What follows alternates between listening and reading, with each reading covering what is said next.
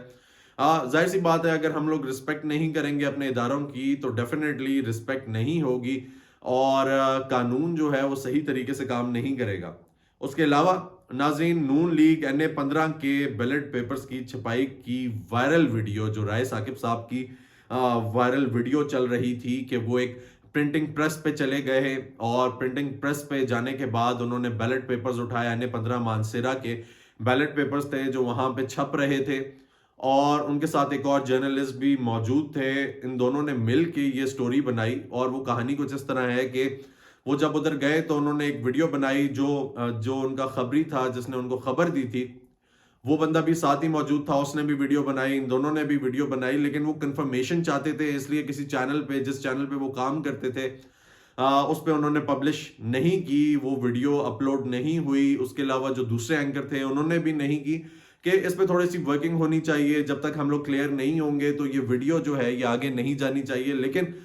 جنہوں نے پھر خبر بریک کی تھی, جو ان کو لے کر جانے والے تھے, انہوں نے کہا کہ اگر آپ لوگ پبلش نہیں کرتے تو ہم لوگ کر دیتے ہیں. پھر انہوں نے وہ ویڈیو جو ہے وہ اپلوڈ کر دی, اور رائے ثاقب صاحب کی وہ بیلٹنگ پیپرز کی بات کرتے ہوئے وہ ویڈیو وائرل ہوئی, اور جس پہ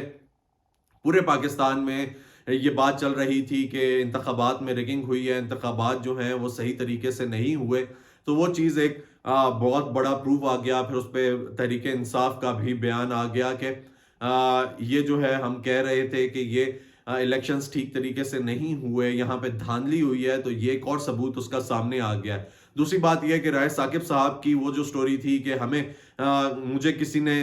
بتایا, جس نے بتایا, میں اس کو, ظاہر سی بات ہے ایک جرنلسٹ ہیں, وہ اس کا نام نہیں لے سکتے, سورس کبھی بھی جرنلسٹ نہیں بتا سکتا, تو انہوں نے سورس کا نام تو نہیں بتایا, لیکن جب ادھر لے کر گئے تو وہاں پہ پرنٹ ہو رہا تھا. اور وہی سٹوری ہے کہ پھر انہوں نے آگے کہا کہ میں ابھی فی الحال جب تک مجھے کلیئر نہیں ہوتی چیزیں تو میں اس کو بریک نہیں کرنا چاہوں گا اس سٹوری کو. اور چینل نے بھی یہی کہا, ایڈیٹوریل بورڈز نے بھی یہی کہا. لیکن پھر اس کے بعد اب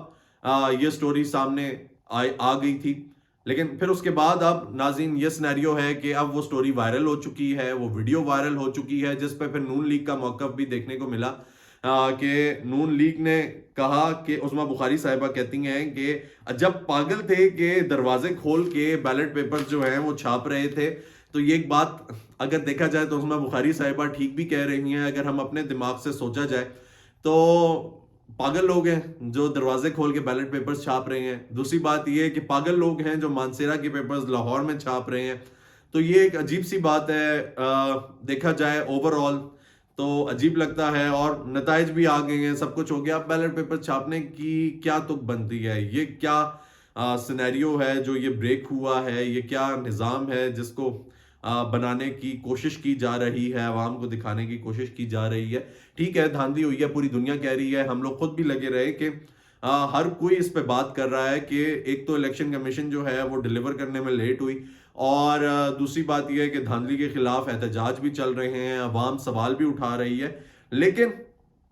یہ اس طریقے سے یہ جو سینیریو ہے, لیکن رائے ثاقب صاحب نے ان ریٹرن یہ کہا ہے کہ میں اگر کوئی بھی ادارہ, ریاستی ادارہ اس پہ تحقیق کرنا چاہتا ہے تو میں اس کو اسسٹ کرنے کے لیے تیار ہوں, اور میں اس کو بھرپور طریقے سے اسسٹ کروں گا. ناظرین اس کے علاوہ خبر ہے کہ پی ٹی آئی کے حمایت یافتہ 50 اراکین نے سنی اتحاد کونسل میں شمولیت کے سرٹیفکیٹ الیکشن کمیشن میں جمع کرا دیے ہیں. پی ٹی آئی نے سنی اتحاد کونسل کے ساتھ بھی کلیبریٹ کیا تھا, ان کے ساتھ مل کے حکومت میں آنے کی کا کہا تھا, اور اب ان کے 50 جو آزاد امیدوار تھے جو جیتے تھے پی ٹی آئی کے حمایت یافتہ جو اراکین تھے, انہوں نے اب پیپرز جو ہیں, جو سرٹیفکیٹس ہیں, وہ الیکشن کمیشن میں جمع کرا دی ہیں. اور جو بیرسٹر گوہر صاحب ہیں, ان کا یہ کہنا تھا, ان کی درخواست تھی خصوصی طور پہ کہ جو اسپیشل سیٹس ہیں خواتین کی ہو گئی, اقلیتوں کی ہو گئی, وہ کہا گیا ہے, ان کی درخواست کی گئی ہے کہ پی ٹی آئی کو دی جائے. پی ٹی آئی بہتر طریقے سے ان کو یوٹیلائز کر سکتی ہے, ان کے پاس خواتین بھی ہیں, ان کے پاس اقلیتیں بھی ہیں, اور وہ ان کی بات بھی کرتے ہیں. دوسری جانب ناظرین, بہت امپورٹنٹ یہ خبر کہ پی ایم ایل این اور پی ٹی اور پیپلز پارٹی نے مل کے حکومت میں آنے کا کہا تھا, لیکن پیپلز پارٹی اس چیز پہ ہے کہ ہم سپورٹ کریں گے پی ایم ایل این کو, لیکن ہم لوگ ان کے ساتھ وزارتیں نہیں لیں گے. قمر زمان کائرہ صاحب نے بڑا کلیئر یہ بات کر دی ہے کہ ہم وزارتیں لینے کے حق میں نہیں ہیں, ہمارا تجربہ ان کے ساتھ کوئی اچھا نہیں رہا. قمر زمان کائرہ صاحب کا یہ کہنا تھا ہم وزارتیں نہیں لیں گے, اور فیصل کریم کنڈی صاحب کا یہ کہنا تھا کہ پچھلے 16 مہینے کوئی اچھا تجربہ نہیں رہا, ہم تب آئیں گے وزارتیں لیں گے جب ہمارے جو وزیر اعظم ہیں, جن کو ہم چاہتے ہیں وزیر اعظم بلاول بھٹو زرداری صاحب, وہ آئیں گے تو پھر ہم لوگ وزارتیں بھی لیں گے, ہم لوگ اس نظام کو آگے بھی بڑھائیں گے, اور پھر ہم حکومت سازی کریں گے, ملکی نظام کو بہتر بنائیں گے. ابھی جو پارٹی ہماری سپورٹ چاہتی ہے ہم اس کو سپورٹ کرتے ہیں, ہم اس کو ووٹ دیں گے, ہم اس کو آگے لے کر آئیں گے, لیکن وزارتیں لینے کے معاملے میں کچھ بھی ہو جائے ہم نے وزارتیں نہیں لینی. دوسری جانب مریم نواز صاحبہ نے بیان دیا کہ ہم لوگ حکومت بنائیں گے, لیکن کوشش یہ کر رہے ہیں کہ پیپلز پارٹی کو ساتھ شامل کیا جائے, لیکن پیپلز پارٹی دیکھنے میں یہی لگ رہا ہے کہ ان کے ساتھ شامل نہیں ہوگی, اور نہ ہی خواہش مند ہے پیپلز پارٹی ان کے ساتھ شامل ہونے کی. تو ناظرین, امید کرتا ہوں کہ آپ نے یہ چینل سبسکرائب کیا ہے, اور اگر نہیں کیا تو کریں, بیل آئیکن کو پریس کریں, اور اپنا خیال